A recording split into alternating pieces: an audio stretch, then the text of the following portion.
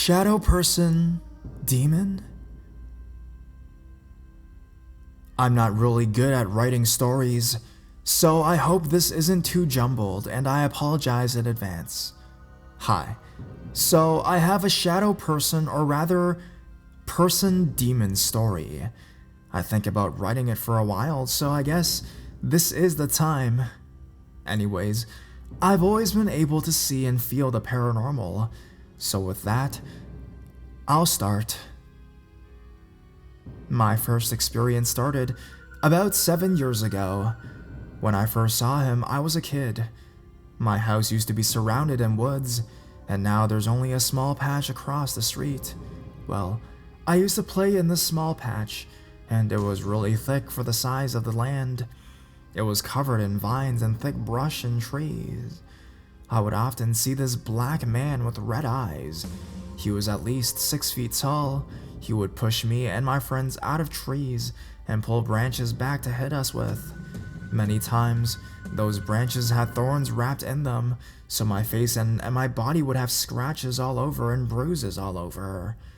The older I got, the more the woods seemed to have a dark feeling, and I would see this man staring at me. He would whisper to me and tell me horrible things. When I turned 10 years old, I just stayed away from the woods and have always avoided them ever since.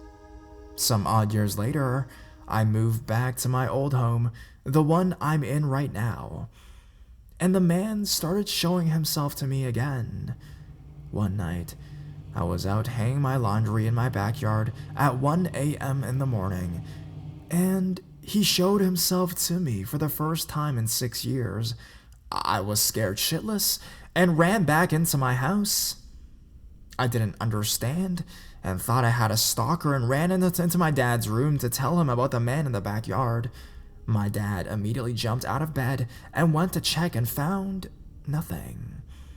For the longest time, I thought it was a real person and he was just covered by the night. The next time I saw him, however, I was taking my dog out for a bathroom break, and he was standing in the entrance of the woods. He would just watch me, and I ran back into the house, forgetting about my dog to go tell my dad. When my dad walked outside with me, we found the dog in the woods for some reason. I've been having nightmares with him in my dreams, and it felt so real. I would wake up crying. I've woken up with 3 scratches on the bottom of my foot, bruises, even bite marks, and red dots. I even saw him 2 days ago. I had my pillow over my head because I was asleep, and for some reason, I shot up out of bed and see him at the end of my bed, watching me again.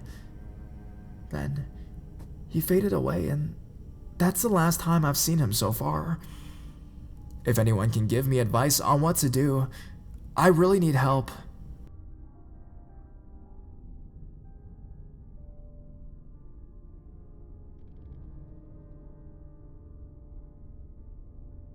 Demon encounter. I've been working late on my computer.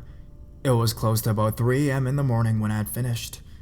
About 5 minutes later, I heard a knock on the door, and thinking who this was, I got up to open it. What I saw shocked me in a way I will never forget. It was my friend Mike. Now, the reason this shocked me so much is that Mike had gone missing over 10 years ago and was presumed to be dead, and now he was standing here on my doorstep. Before I could say a word even, he walked in and sat down on the couch. When I got my mind right again, I started to feel anger, so I just yelled, "Man, 10 years, and you turn up my doorstep. We all thought you were dead." Then after saying that, he just turned to me and laughed, saying, "Maybe I am." I asked him, "What the hell does that mean?" He laughed again and said he was joking. Calming down a bit, I finally got a good look at him. He had not aged a day since the last time I saw him. I then asked, "Where have you been all these years?" But he did not answer me at first. He just stared and smiled, then slowly got up, walked over to me, looked at me, and said, "I have been in hell, man." He then again laughed, like it was a funny joke. After that, He started to walk back into the lounge room, so I grabbed him on the shoulder, and my hand burned like it was touching a hot plate. That's when I knew what I was dealing with was not human. Not to alarm it, I tried to play along and find out what it wanted, and why it took the form of my best friend from years ago. So I asked it why, after all this time, you decided to show up. He turned and looked, saying, "I have some things to take care of." He did not answer. He again just looked at me with a sly smile on his face, like he knew something I did not. And trying to bait it, which I now know is a bad idea, I said we should call his parents. He just turned calmly and said, "If you try, I'll kill you where you stand." This is when I truly knew this was not him, but some sort of demon. So I decided to confront it. I said to it, "I know what you are." It just laughed and said, "Really? And what am I then?" That's when his eyes took on the color of the darkest black I've ever seen. He walked over to me, grabbed me by the throat, and picked me up like I was a 2-year-old child, and threw me into the chair behind me. He looked at me and said, "Do you want to know what really happened to Mike?" He said that Mike was dead 2 weeks after he went missing, and that he was the demon that took him.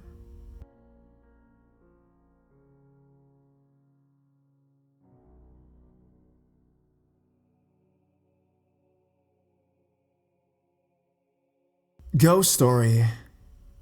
Well, I used to live in a small town called Everett, Washington, in an apartment named North Creek, and there's this huge plot of woods. My apartment was on the B building bottom floor, and I slept in the living room. There was this tiny window that overlooked the woods, and it's always creeped me out. And while everyone knew that it was haunted, we still went airsofting one day. I was dressed that day in full Vietnam-era tiger stripe camo head to toe, in the era's military gear and rifle, and I was sitting in a thick bush with a camo face paint. I was completely hidden, but there was this girl, she must have been around 23-ish, crossed through the creek when she turns her head towards me and says, "You shouldn't be here." And me being startled, just sit there and staring back at her. She just walks deeper into the woods, so I just wait to ambush my friends. Fast forward a couple weeks later, I walked to Mariner High School, where I graduated almost 2 years, well actually a year and a half ago, to meet my then girlfriend, let's call her Ash, for her band concert.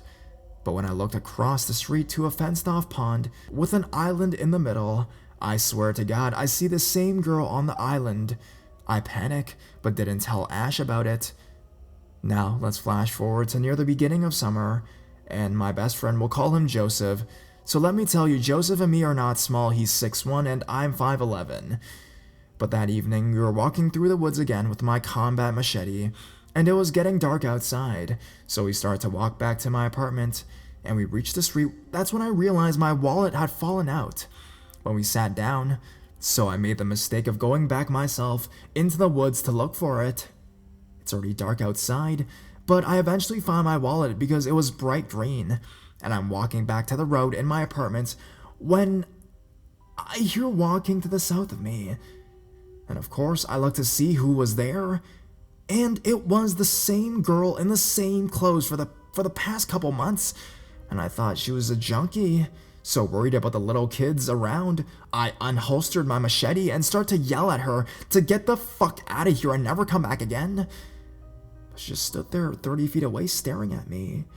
I walked forward about 10 feet towards her. She just turned to the west and walked behind a tree that's about 3 feet thick.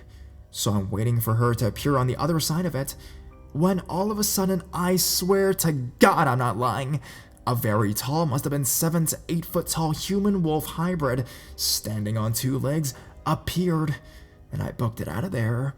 Joseph saw me and is like, "What the hell's wrong?" And I said, "You didn't hear me yelling at all?" And he replied saying, "No, it was dead silence." On the next road, my second best friend who lived on the other side of the apartments, He was the one who was airsofting with me in the woods those days.